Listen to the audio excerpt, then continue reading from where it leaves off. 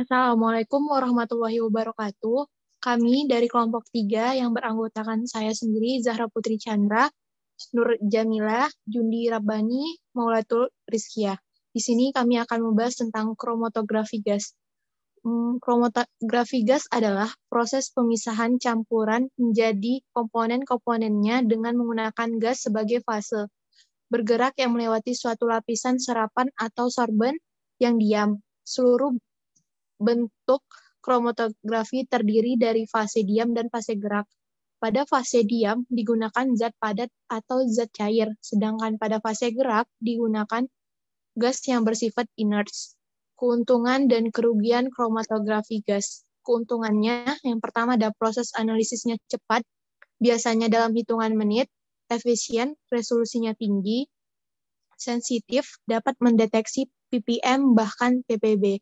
Analisis kuantitatif dengan akurasi yang tinggi, memerlukan sampel dalam jumlah kecil, umumnya dalam miligram mililiter. Handal, tidak mahal dan relatif sederhana. Sedangkan kerugiannya, yang pertama, terbatas pada sampel yang mudah menguap, tidak sesuai untuk sampel yang termolabil, dan cukup sulit untuk preparasi sampel dalam jumlah besar. Fase gerak disebut juga sebagai gas membawa. Fungsi utamanya adalah untuk membawa uap analit melalui sistem kromatografi tanpa bereaksi dengan komponen-komponen sampel. Adapun syarat-syarat fase gerak pada kromatografi gas yaitu sebagai berikut. Yang pertama, tidak relatif, murni, atau agar tidak mempengaruhi detektor, dapat disimpan dalam tangki tekanan tinggi, biasanya mengandung gas helium, nitrogen, hidrogen, atau campuran argon dan metana. Serta pemilihan gas pembawa yang digunakan tergantung dari detektor apa yang digunakan. Selanjutnya akan disampaikan oleh teman saya.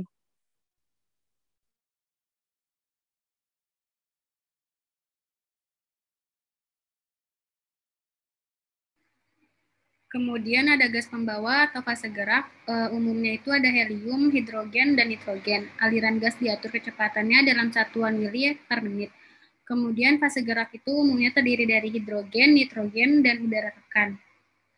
Sedangkan fase diam, yaitu pemilihan fase diam harus disesuaikan dengan sampel yang akan dipisahkan. Untuk sampel yang bersifat polar, sebaiknya digunakan fase diam yang polar.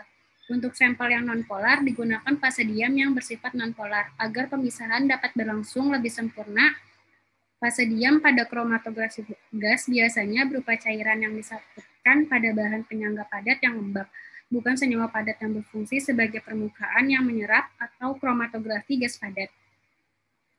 Kemudian pemilihan fase diam sesuai dengan polaritas sampel, sebagai contoh Carbowax 20M atau PEG yang bersifat polar dapat digunakan untuk pemisahan senyawa yang memiliki gugus hidroksi atau polihidroksi. Kriterianya pada fase diam yaitu tidak boleh menguap pada suhu percobaan atau titik didihnya tinggi, stabil pada pemanasan, memiliki kelarutan yang cukup.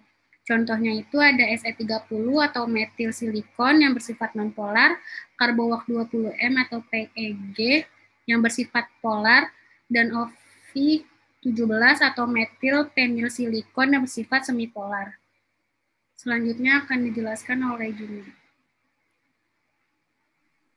Jenis-jenis kromatografi gas cair, liquid gas, kromatografi, fase diam, zat cair, fase gerak gas, prinsip partisi. Lalu kromatografi gas padat, solid gas, kromatografi. Untuk fase diamnya yaitu zat padat, fase geraknya adalah gas, prinsipnya absorpsi.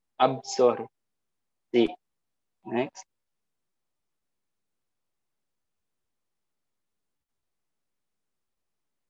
Kelebihan dan kekurangan kromatografi gas cair.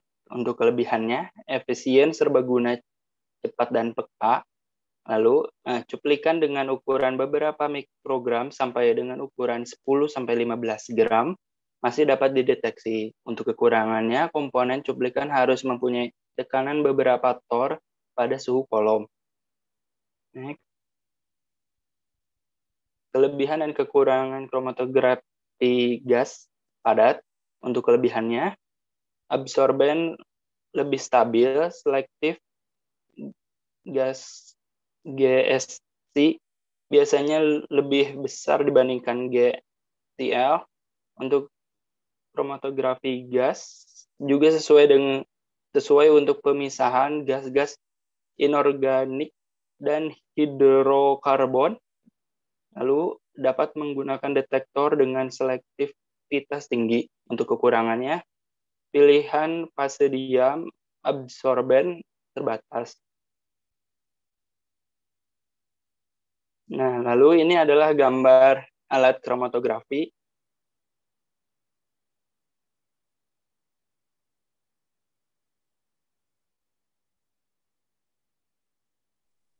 Perlengkapan dasar suatu alat kromatografi gas terdiri atas yang pertama itu tabung silinder gas pembawa atau carriage gas, pengatur aliran atau flow rate dan pengukur tekanan atau pressure regulator, tempat injeksi sampel atau injection port, kolom, detektor, amplifier, pencatat atau perekam, oven dengan termostat untuk tempat injeksi atau gerbang suntik, kolom, dan detektor.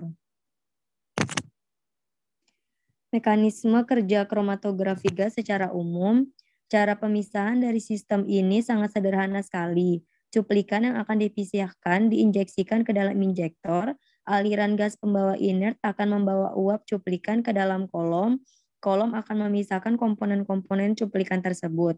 Komponen-komponen yang telah terpisahkan tadi dapat dideteksi oleh detektor sehingga memberikan sinyal yang kemudian dicatat pada recorder atau kromatogram yang terdiri dari beberapa peak. Selanjutnya, cara membaca hasil kromatografi gas. GCMS merupakan metode pemisahan senyawa organik yang menggunakan dua metode analisis senyawa, yaitu kromatografi gas atau GC untuk menganalisis jumlah senyawa secara kuantitatif dan spektrometri massa atau MS untuk menganalisis struktur molekul senyawa analit. Hasil detektor pada alat GCMS akan direkam sebagai urutan puncak-puncak. Setiap puncak mewakili satu senyawa dalam campuran yang melalui detektor. Sepanjang Anda mengontrol secara hati-hati kondisi dalam kolom, Anda dapat menggunakan waktu retensi untuk membantu mengidentifikasi senyawa yang tampak. Tentu saja Anda atau seorang lain telah menganalisa senyawa murni dari berbagai senyawa pada kondisi yang sama. Dari hasil GCMS akan didapatkan data waktu retensi kromatogram dengan beberapa puncak senyawa atau kelimpahan terbesar dapat dilihat dari grafik yang paling tinggi.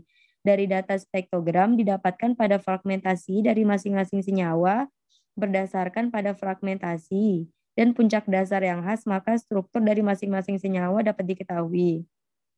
Dari kromatografi didapat pula data persen area yang nanti digunakan untuk menghitung konsentrasi zat.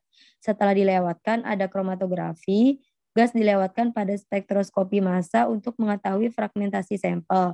Spektrum massa tiap senyawa nanti dicocokkan dengan spektrum massa data librarinya.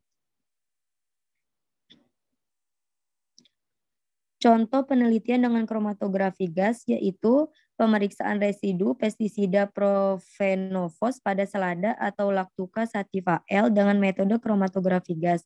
Penulisnya yaitu Yohanes Allen, Zulhidayati, dan Neti Suharti. Tujuannya yaitu untuk memeriksa residu pestisida profenofos pada selada atau Lactuca sativa L dengan metode kromatografi gas.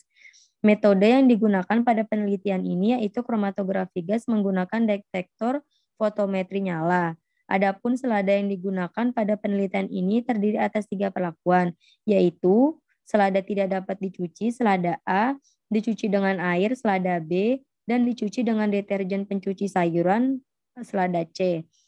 Caranya yaitu di blender masing-masing sampel daun selada, kemudian ditambah 50 ml air, lalu hasil dari pemblenderan tadi ditambahkan 100 ml etil asetat. Didekantasi ekstrak ketiga sampel tersebut, lalu ditambah dengan natrium sulfat, anhidrat, kemudian diendapkan, lalu didekantasi lagi, dan ditambahkan etil asetat sebanyak 100 ml. Selanjutnya, sampel siap dianalisis dengan kromatografi gas detektor yang digunakan yaitu detektor fotometri nyala. Hasilnya, berdasarkan penelitian residu pestisida profenofos pada selada yang tidak dicuci dengan air dan dicuci dengan deterjen pencuci sayuran, didapatkan rata-ratanya dengan 3 kali pengukuran adalah 0,204, 0,080, dan 0,061. Daftar pusakanya yaitu Allen YDKK tahun 2015, pemeriksaan residu pestisida Prevonovos pada selada atau Lactuca sativa L dengan metode kromatografi gas, Jurnal Sains Farmasi dan Klinis volume 102 halaman 140 sampai 149. Selanjutnya RADAI, JR dan AL tahun 2006, analisis kimia kuantitatif Jakarta Erlangga. Sumur Hendayana tahun 2006, kimia pemisahan Bandung Remaja Rusda Karya Offset. Sekian presentasi dari kelompok kami. Wassalamualaikum warahmatullahi wabarakatuh.